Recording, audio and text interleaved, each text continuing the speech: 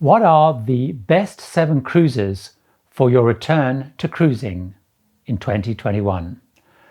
I'm Gary Bembridge. This is another of my cruising tips for travelers. I want to talk to you about the cruises that I think you should be thinking about if you're thinking of going back cruising in 2021. I did a survey amongst various people watching the channel, got loads and loads of replies, and without a shadow of a doubt, by the vast majority, most people were talking about returning to cruising in 2021, because that's when people felt that cruising was going to be back and running, procedures were in place, and it was kind of safe to go cruising again. So I thought, let's think about the best cruises that you should consider or have on your list to look at to go cruising in 2021. And I must admit, these are the ones that I'm looking at myself because I think they're the right ones to do. So how did I choose these 7 cruises? Well, first of all, I took a look at what are the big cruising regions, so the big popular regions historically. And the reason I did that is, first of all, because there's lots and lots of cruise lines and ships servicing those regions. So what's important about that is you're going to have lots of choice. So this will also, no matter what your budget is or the type of cruising you like, if you like party cruising, more sedate cruising, big ship, small ship, there's likely to be an option for you within all of these cruises. Secondly, these are destinations, regions and ports that are very geared up to tourism. So they are more likely to be up and running, have procedures in place, and make sure that they have got back to operating in a safe, efficient, and a good way, like really fully staffed and just running really slickly. And then I also took a look at cruises that I still think are the must-dos in anyone's sort of cruising portfolio, the cruises that I really think are really worth doing. This should almost be on your wish list or your bucket list. So let's take a look at those cruises, starting with this one. I actually think looking at a transatlantic cruise, particularly a crossing on Cunard Queen Mary 2, should be on the list. The reason I chose this is, first of all, of course, it's a big iconic trip. It's a famous trip. The Queen Mary 2 is the only full ocean liner designed ship. Every other ship is a cruise liner. But also importantly, if you're nervous or worried about going out cruising, the advantage with a transatlantic, particularly on the Queen Mary 2, is you only have 2 ports. You have Southampton, although you can actually go from Hamburg as well, but largely speaking, you have Southampton and you have New York. So the rest of it is days at sea, up to 7 days at sea. So in terms of worrying about different ports and all the complexities of that, a crossing is going to give you a magnificent, cultured, very unique experience, lots of dressing up and lots of entertainment and all sorts of things to do. But it's also going to be the one that involves limited ports. It's also 2 really big, well-established embarkation and disembarkation ports. So it's really going to be the least stressful in many ways. A crossing on Queen Mary 2 in 2021 is something definitely that I will be doing. The second cruise I recommend you look at is a Caribbean cruise. Now you actually have 3 options here. You have an Eastern, a Western, and a Southern. The reason I chose the Caribbean is the biggest cruising region in the world before the shutdown, and it will be again. So it's again a region that's going to be really fast to gear up. They're so reliant on cruising.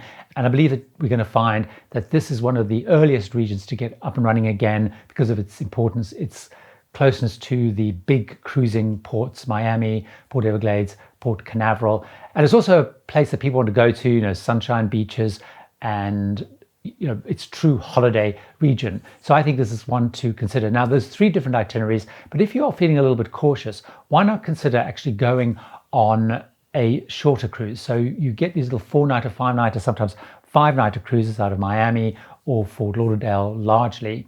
And these will tend to either just go to the cruise line's private island and perhaps have a little stop on the main parts of the Bahamian Islands, or they might combine just going to the Bahamas with sea days. So again, it's a shorter trip. It's a very kind of locked down trip where the ports will be really controlled, everything will be controlled. So you might want to consider that. But there is the Eastern Caribbean, which is a great itinerary. Normally it's 7 days itinerary. That's going to include places like San Juan, St. Thomas, St. Kitts, St. Lucia, St. Martin. If you go on the Western Caribbean, which is really popular, that goes to a lot of the Mexican ports like Cozumel, for example, but you're probably going to go to places like Grand Cayman, Belize City, places like that. The Southern Caribbean will often be slightly longer cruises, but you're going to go to places like Barbados, St. Lucia, St. Kitts. So lots of choices in the Caribbean, and it's definitely one to consider. Great sunshine holiday to head back out to sea. And again, it really will get locked down because it's such a big, important region. If you're looking at cruising late in the year, sort of in the middle of the year, so a lot of the cruising action shifts from the Caribbean around about April time through to about September, October time. Of course, you can cruise in the Caribbean all year round, but a lot of it shifts to Europe. And so the next bunch of cruises I want to talk about are really linked to the sort of European cruising experience. One of those that I would have very high on the list and strongly recommend you consider is the Norwegian Fjords. A Norwegian Fjords cruise is a phenomenal cruise. And again, it should be very high on your list of places to go. The reason for that is you are going to have very long days because it only gets dark barely at all in the peak season. All the time that you're sailing, you're going to be sailing through phenomenal, beautiful scenery. You go really far inland, so it's a magnificent way to spend 7 days.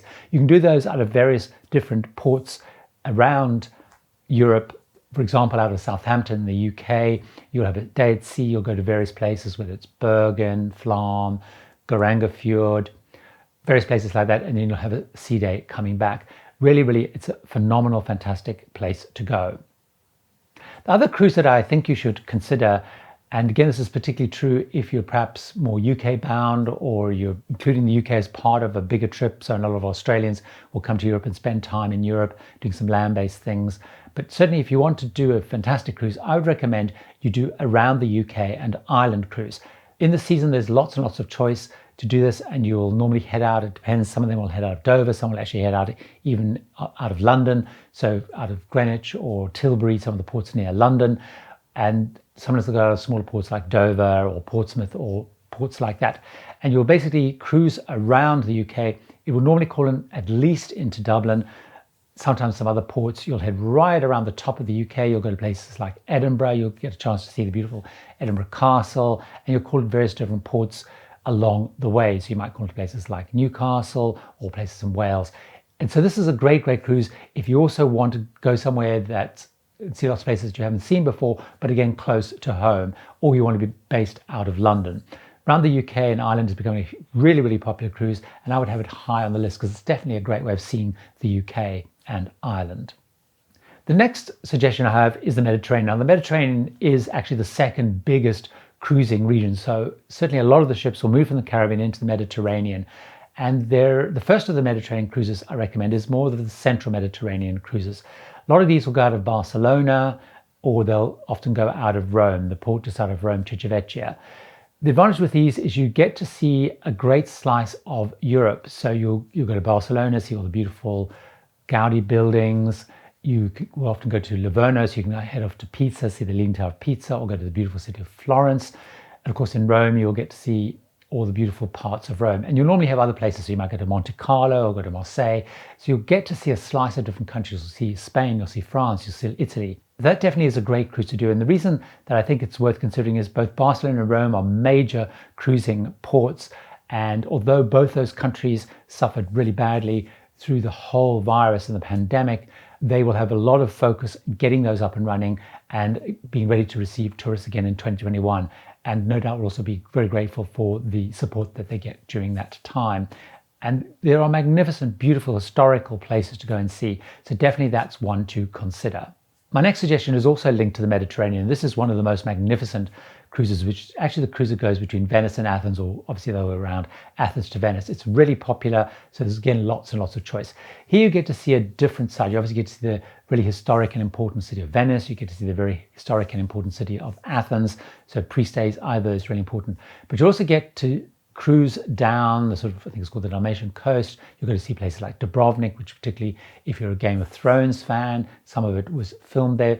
You might go to Split. You'll go to Kotor, which is in Montenegro, which is a magnificent, beautiful, historic city. And you'll get to see some of the amazing Greek islands like Santorini and Mykonos.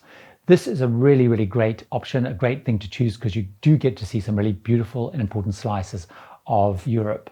So what then is my seventh cruise? Alaska.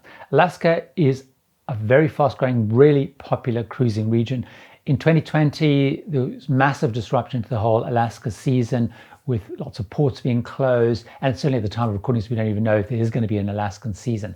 Alaska is a magnificent, absolute must-do place to go. You can go out of, in fact, from as far away as San Francisco, which of course was closed to all cruises in 2020. You can go out of Seattle. You can go out of Vancouver. And lots and lots of different ports and choices to go to. I would recommend, if you're going to Alaska for the first time, take a look at the Inside Passage cruise, because you go to all the famous places like Juneau. You may go into Glacier Bay or go to see other glaciers depending on your cruise. You'll go to Skagway, get a chance to go on the magnificent Skagway train. So depending on your cruise, you may go to some slightly different places, some smaller places, more out of the way places if you're going on a small ship, for example. But definitely Alaska would be one of those to think and plan for doing in 2021 as you look at heading back cruising. So those are my tips around the 7 cruises to look at as you head back cruising in 2021. A lot of you watching this will probably be looking at how do you use your future cruise credit. Those are the ones that I would focus on. Those are the ones that I think will be up and running, be smoothly running, be really set up and organized for cruising as we head through 2021. Hopefully, actually, I'll see you on many of those cruises, because a lot of those I'm looking at planning doing myself. I have loads more videos about cruising, so why don't you watch another one of those right now?